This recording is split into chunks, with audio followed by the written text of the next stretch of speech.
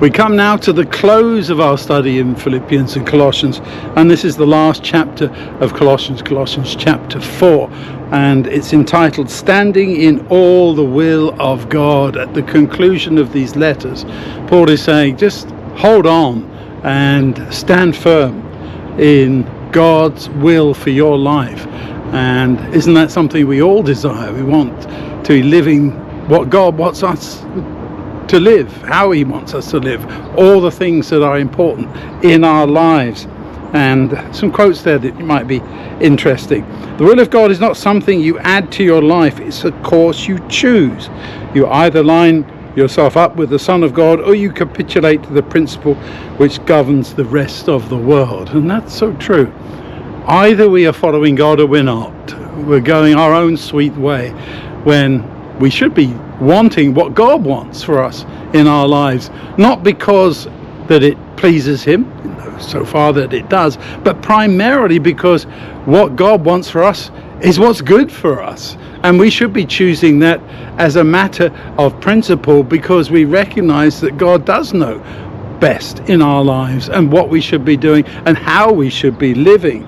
Let's look at some of those verses there. In many ways, it's the wrap up to any kind of letter that we might be writing.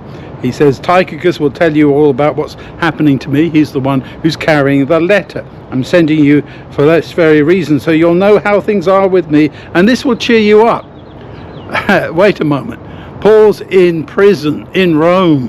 How is that going to cheer these people up? Well, it's to say that, well, even though I'm in prison, God is still with me. I'm suffering, I know you're suffering too, but we can encourage one another. Isn't that important?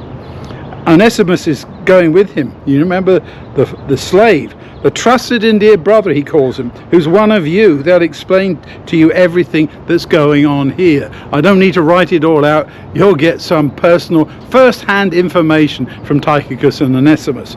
And then he adds his greetings from Aristarchus, Mark, Barnabas' cousin, Jesus, Justus, Epaphras, who's one of you.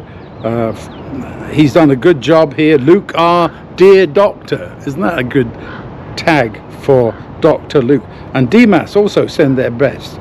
Greet the believers that are in Laodicea. This letter, even though it was sent to the Colossians, was supposed to be also for the Laodiceans, and I'm sure for the other churches that Paul had raised up, as a way of encouraging them. Tell Archippus, see that you follow through in doing the ministry God gave you. And then at the bottom, Paul writes, I, Paul, write with my closing greetings with my own hand. Do you remember he'd had an amanuensis, somebody who wrote things out for him. And he's saying, and I'm writing this last little bit like a signature to say, yes, this is really me. It's not a false epistle written by somebody who's trying to pretend to be me. I, Paul, write with my closing greetings my own hand. Remember, I'm in prison. Grace be with you. It's an interesting bottom line, isn't it? Don't forget where I am and what I'm experiencing. But I recognize that this is the way it has to be. And I'm here because I'm a prisoner for you foreigners. Because of all the things that I'm trying to do to share the good news, the wonderful gospel of Jesus. This is why I'm in this situation.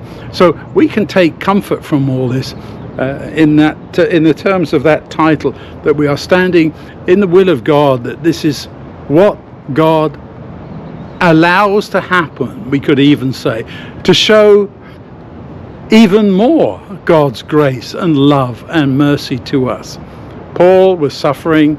He wasn't immune to pain and being left, abandoned, shipwrecked, beaten, and all the rest of it, as he records.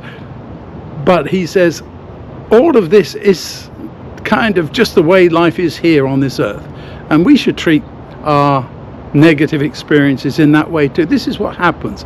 This is the collateral damage, if you like, of the fall and of what sin does in our lives. Maybe not even our own sins, maybe the experiences and the attitudes of others, but we hold on to the fact that we can trust in God and he will see us through, and we look forward to being home together with him, as Paul did, I'm sure. Bless you as you study.